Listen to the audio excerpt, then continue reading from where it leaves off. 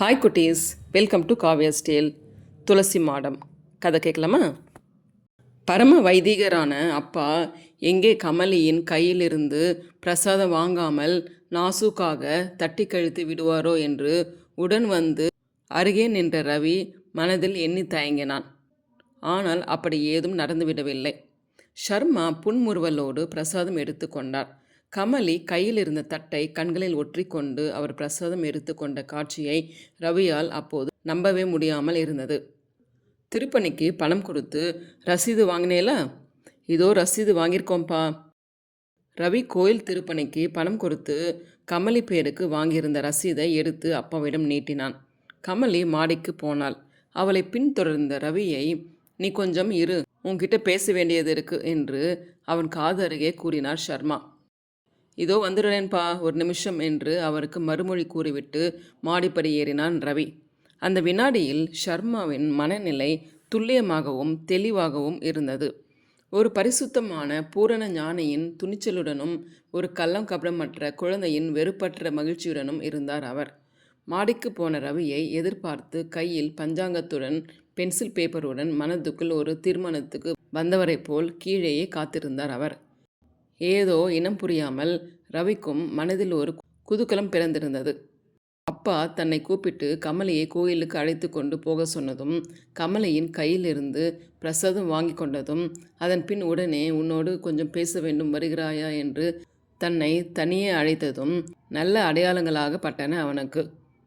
அப்பா கொஞ்சமும் தயக்கமின்றி கமலியின் கையிலிருந்து கோவில் பிரசாதத்தை வாங்கி கொண்ட பெருந்தன்மையை அவளிடமே சொல்லி வியந்துவிட்டு, இதுவே அம்மாவாயிருந்தா ஒரு சீன் கிரியேட் பண்ணியிருப்பா கமலி, என்னத்தான் இருந்தாலும் அப்பா அப்பா தான் என்று கூறியபடி கீழே இறங்கி தந்தையை சந்திக்க வந்தான் ரவி.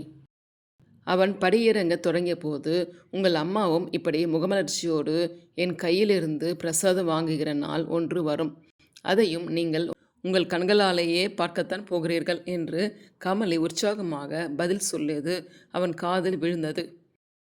தோட்டத்து கிணறடிக்கு போய் பேசலாமா என்று கேட்ட ரவிக்கு, வேண்டாம், இங்கே மோனா மனுஷா யார் இருக்கா, இப்போ தென்னையிலே உட்கார்ந்து பேசலாம் வா என்று பதில் சொல்லியபடி தென்னைக்கு அவனை அழைத்து சென்றார் ஷர்மா. அப்பாவின் கையில் பஞ்சாங்கமும் பேப்பர் பென்சிலும் இருப்பதை பார்த்து இன்னும் அதிகம் வியப்பு உண்டாயிற்று ரவிக்கு.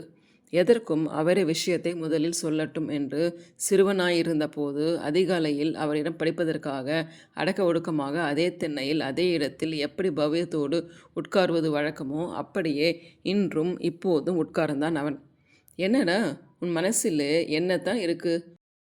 உனக்கு நான் என்ன பண்ணணுங்கிறதை நீ முதல்ல என்கிட்ட சொல்லணுமே ஒழிய என்னை மூணா மனுஷன் மாதிரி நினச்சுண்டு மூணா மனுஷனாக இருக்கிற தேசிகாமணி கிட்டவும் வேணுமாமாவுக்கிட்டவும் முதல்ல சொல்லி அப்புறம் அதை என் காதில் போடுற மாதிரி விடப்படாது.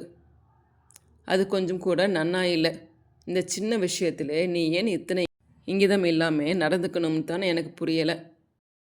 இதை கேட்டதும் திருடனுக்கு தேல் கொட்டினது மாதிரி இருந்தது ரவிக்கு. என்ன பதில் சொல்லலாம் என்று அவன் தன் மனதில் வார்த்தைகளை யோசித்து திரட்டுவதற்கு முன் தந்தையே மேலும் தொடர்ந்தார். நான் முடிவு பண்ண வேண்டிய சமாச்சாரத்தை போய் நீ தேசிகாமணி கிட்டவும் வேணுமாமா கிட்டவும் பிரஸ்தாபிச்சு என்ன பிரயோஜனம்? தப்பு தான் அப்பா, உங்களுக்கு ரொம்பவும் வேண்டியவளாச்சேன்னு பிரஸ்தாபிச்சேன். நான் முடிவு பண்ணியாச்சு. உங்கள் அம்மா முதல் ஊரார் வரை யாருக்கும் என்ன உறவு எதுக்கு வந்திருக்காளுன்னு கமலையை பற்றி ஒரு உறவும் சொல்லாமே இப்படி மெல்லவும் முடியாமல் விழுங்கவும் முடியாமல் வீட்டோடு வச்சுண்டு வீண் வதந்திகளையும் ஊர் வம்பையும் அரட்டையையும் பெருக விடுறதுக்கு பதில் துணிஞ்சு உனக்கும் அவளுக்கும் சாஸ்திரோக்தமாகவே ஒரு கல்யாணத்தை பண்ணிடுறது எவ்வளவோ தேவலை. முன்னே எப்போவோ ஒரு நாள் வந்த புதுசிலே நீயே என்கிட்ட கேட்ட, அப்போது நான் அதுக்கு தயங்கினேன். இப்போ நானே அதுக்கு துணிஞ்சிட்டேன். ரவிக்கு தன் காதுகளையே நம்ப முடியவில்லை. பேசுவது அப்பா தானா என்று சந்தேகமாக இருந்தது. அப்பா நிஜமாவா என்று உற்சாகம் மேலிட்டு கூவினான் ரவி. பின்ன என்ன, உன்கிட்ட விளையாட்டு பேச்சு பேசவா வேலை மெனக்கெட்டு இப்போ கூப்பிட்டு இருக்கேன். இந்த மாதம் கடைசியில் ஒரே ஒரு முகூர்த்தம் தான் மீதி இருக்குது. பெத்தவனோ பெத்தவளோ இங்கே இல்லாமல் யாருடா அவளை தாரை வார்த்து கொடுப்பா? கேபிள் கொடுத்தா கமலியோட அப்பா அம்மா 2 பேருமே கூட இங்கே வருவா அப்பா. ஆனால் நீங்கள் சொல்கிற முகூர்த்தத்துக்குள்ளே அது முடியாது. வேணு மாமாவை வேணா கேட்டு பார்க்கலாம். ஏண்டா, ஏற்கனவே நீ அவர்கிட்ட பேசி முடிவு பண்ணி வச்சாச்சா? என்னென்னமோ தயாராக எல்லாம் ஏற்பாடு பண்ணிட்ட மாதிரி சொல்கிறியே. இல்லைப்பா, கேட்டால் ஒத்துப்பாருன்னு பட்டது, அதான் சொன்னேன். சரி வா போகலாம், அவர்கிட்டயே நேராக கேட்டுருவோம். நான் எதுக்குப்பா, நீங்கள் கேட்டாலே ஒத்துப்பார். நானும் அவசியம் உங்கள் கூட வந்தாகணும்னா வரேன். சும்மா கூட வாயேன், போயிட்டு வரலாம். நீ ஒன்றும் பேச வேண்டாம், கேட்குறதெல்லாம் நானே அவர்கிட்ட கேட்டுக்கிறேன். கூட வருவதற்கு ரவி சற்று சங்கோஜப்பட்டார் போல் தோன்றியது. ஆனாலும் தட்டி சொல்லாமல் புறப்பட்டான். அந்த விஷயத்தில் அப்பாவின் திடீர் முடிவும் அவர் காட்டிய அவசரமும் உண்டாக்கிய சந்தோஷம் அதிர்ச்சியிலிருந்து இன்னும் அவனால் முற்றாக மீள முடியவில்லை.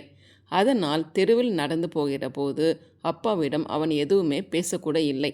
வீட்டில் இருந்தபடி இறங்கியதும் நிறைந்த தண்ணீர் குடத்தோடு ஒரு சுமங்கலி தெருவில் எதிர்பட்ட போது, சகுனம் ரொம்ப நன்னா ஆறுது என்றார் ஷர்மா.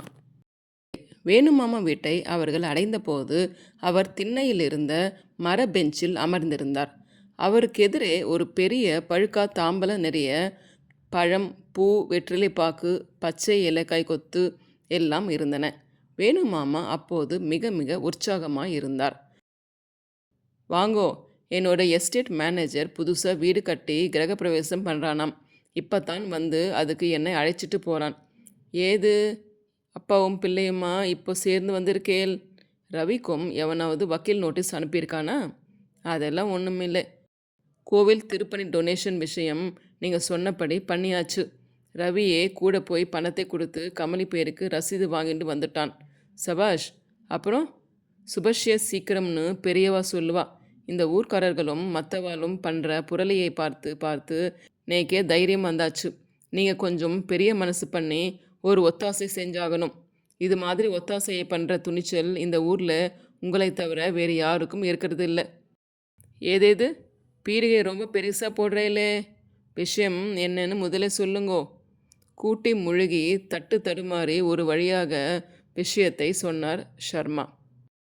இதை கேட்டு உடனே பதில் எதுவும் சொல்லாமல் சிறு குழந்தை போல் வயதுக்கு மீறின உற்சாகத்தோடு உள்ளே ஓடிய வேணுமாமா கைப்பிடி நிறைய சர்க்கரையோடு திரும்ப ஓடி வந்து ஷர்மா வாயை திறக்க சொல்லி பிடிவாதம் பண்ணி அதை கட்டாயமாக அவர் வாயில் போட்டார்.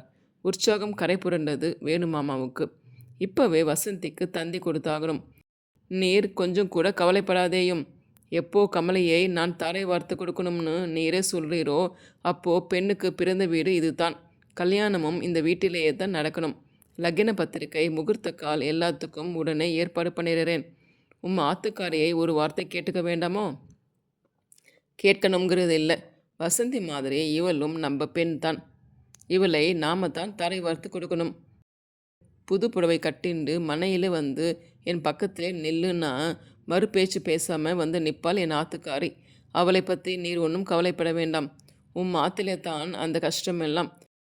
ஒய்ஃப் இந்த கல்யாணத்தை ஒத்துண்டு மனையில் வந்து நிற்பாளோ ஷர்மா? அதை பற்றி இப்போ நான் நிச்சயமாக ஒன்றும் சொல்கிறதுக்கு இல்லை. ஆனால் அது சந்தேகம்தான். அதனால் ஒன்றும் பாதகம் இல்லை. ஒத்து வராத மனுஷாளுக்காக உலகம் காத்துண்டு நிற்காது. 20-30 வருஷத்துக்கு முந்தி கல்யாணமும் என் கல்யாணமும் நடந்த மாதிரி சாஸ்திரோக்தமாக ஒரு சின்ன விஷயம் கூட விட்டு போகாமல் 4 நாள் ஜாம்னு இதை நடத்திவிடலாம். நீர் எதுக்கும் கவலைப்படாதேயும். எல்லாத்தையும் என்கிட்ட விட்டுடும். நான் பார்த்துக்கிறேன். இப்போ நீர் சம்மந்தி, பிள்ளை வீட்டுக்காரன். நீர் வந்திருந்து கல்யாணத்தை நடத்தி கொடுத்தால் மட்டும் போரும். மற்றதெல்லாம் நான் பார்த்துக்கிறேன். நான் அப்படி விட்டுட முடியுமா? எல்லா கல்யாணமும் போல இல்லையே இது.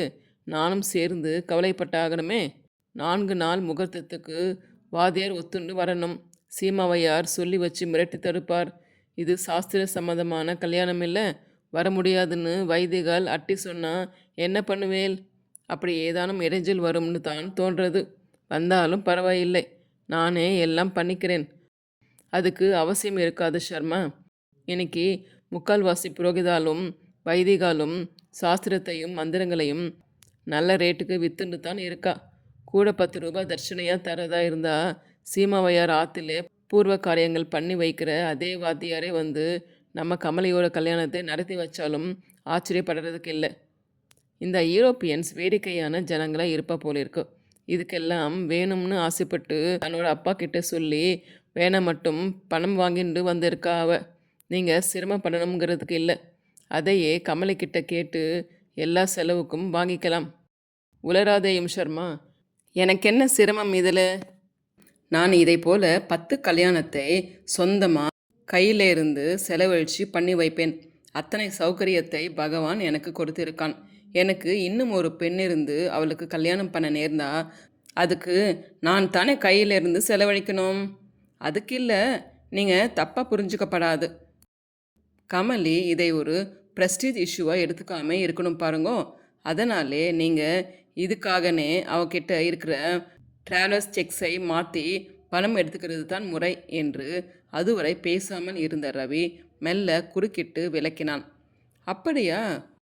பொண்ணுக்கு அப்பாவை கல்யாணத்துக்கு செலவழிக்கக்கூடாதுன்னு சொல்கிற முதல் மாப்பிள்ளையை இப்போதாண்ட பார்க்கிறேன் ரவி என்று சிரித்தபடியே அவனை பார்த்து கூறினார் வேணுமாமா.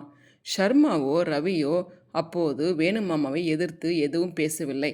உடனே புறப்பட்டு வர சொல்லி பம்பாயில் இருக்கும் தன் மகள் வசந்திக்கு ஓர் அவசர தந்தி கொடுத்துவிட்டு வர சொல்லி ரவியையே தபால் ஆஃபீஸுக்கு போக சொல்லி அனுப்பினார் வேணுமாமா. கல்யாணத்துக்கு முன்னாடியே மாப்பிள்ளையை வேலை வாங்குறேன்னு நினச்சிக்காதேப்பா. எப்போ சாஸ்திரோக்தமாக கல்யாணம்னு முடிவாயிச்சோ அப்புறம் பெண் பிறந்தாத்தில் தான் வந்து இருக்கணும். கமலி இங்கே வந்து தங்கிக்கணும்னா அவளுக்கு துணை வேணும். அதனாலே வசந்தி உடனே வர வேண்டியதாக இருக்குது. அவள் இருந்தால் தான் இந்த கல்யாணம் சோபிக்கும். அதுவும் இந்த கல்யாணத்திலே அவளுக்கு கொள்ளை ஆசை. தந்தையை கொடுத்துவிட்டு வர புறப்பட்டான் ரவி. இன்னைக்கு என் மனசு சந்தோஷமாக இருக்கிறாப்புல வேறு எந்த நாளையும் இத்தனை சந்தோஷம் இருந்ததில்லை சர்மா. லக்கின பத்திரிகை எழுத ஒரு நல்ல நாள் நாழிகை பாருங்கோ. என் மனசில் திருப்தியும் இருக்குது, தயக்கமும் இருக்குது. இது தவிர்க்க முடியாதது. இதை செய்து தான் ஆகணுங்கிற நிர்பந்தமும் ஒரு புறம் இருக்க, ஊரார் வாயை மூடி அடைக்கவாவது இதை தாமசப்படுத்துறதை விட சீக்கிரமே பண்ணிடுறது நல்லதுன்னு தான் நான் இந்த முடிவுக்கு வந்தேன். ஆனால் இதிலேயும் பல சிரமங்கள் வரும். சிரமம் ஒன்றும் வராது. நானாச்சு இதை மங்களகரமாக முடிச்சு வைக்க. நீர் மட்டும் இல்லை, உம்மை படைத்த பிரம்மாவே வந்தாலும் என் ஆத்துக்காரி காமாட்சியை மனசு மாறும்படி பண்ண முடியாது. விஷயம் தெரிஞ்சதும் என்னை அவள் பிடுங்கி தின்ன போறா. இதமாக எடுத்து சொல்லி பார்த்து சமாதானப்படுத்த முடியாதோ சர்மா? உம்மை விடவா உம் ஆத்துக்காரி பெரிய வைதிகம்? என்னை விட வைதிகமோ இல்லையோ, முரண்டு அதிகம். அறிவு காரணம் காரியத்துக்கு செவிசாய்க்கும், முரண்டு எதுக்கும் செவிசாய்க்காது. ரவியையே விட்டு பேசி பார்க்க சொல்லுமேன். யார் சொன்னாலும் அவள் கேட்க மாட்டா. அது அவள் பிறந்த ஊர் ராசி. தலைப்பை இழுத்து இழுத்து போர்த்திண்டு அடக்க ஒடுக்கமாக அதிக படிப்பும் இல்லாத தனக்கு கட்டுப்படுற மாதிரி ஒரு கிராமந்தாரத்து மாட்டுப்பொண்ணை கனவு கண்டுட்டு இருக்கா அவ. கல்யாணம் பண்ணிக்க போகிறது அவளா உம பிள்ளையான்னு கேட்குறது தானே. அவன் வேலை பார்க்குற தேசம், அவனோட படிப்பு சூழ்நிலை, அதுக்கெல்லாம் பாந்தமாக ஒரு பெண்ணை பார்க்கறதா நம்ம கட்டுப்பெட்டித்தனம், மடி செஞ்சு மனப்பான்மை, இதையெல்லாம் யார் கேட்குறா இப்போது? அதிர்ஷ்டவசமாக அவனே அப்படி ஒரு நல்ல பெண்ணை தேர்ந்துட்டான். இதுக்கு ஏன் நம்ம குறுக்கே தரையாக இருக்கணும்? பணிவுக்கும் அடக்கத்துக்கும் கூட கமலிக்கிட்ட குறையொன்றும் இல்லை. இத்தனை அடக்கமாகவும் வினயமாகவும் இன்னைக்கு நம்ம தேசத்து பெண்கள் இருப்பாளோன்னு எனக்கே சந்தேகம்தான். நீர் 2 நாள் கொஞ்சம் பொறுமையாயிரும் சர்மா. எதுக்கும் வசந்தி வந்துடட்டும். அவளை விட்டு மாமிக்கிட்ட பேசி பார்க்க சொல்லலாம். அநேகமாக அவள் பிளேனில் தான் வருவா. இந்த கமலியோட கல்யாண விஷயத்திலே அவளாலே ஆவலை அடக்கிக்க முடியாது. தனக்கா மனசாலே பட்டாலொழிய காமு இதுக்கு சம்மதிக்க மாட்டா. முரண்டுன்னா அப்படி ஒரு முரண்டு அவளுக்கு. தந்தையை கொடுத்துவிட்டு ரவி தபால் ஆஃபீஸ்லேருந்து திரும்பி வந்து கொண்டிருந்தான்.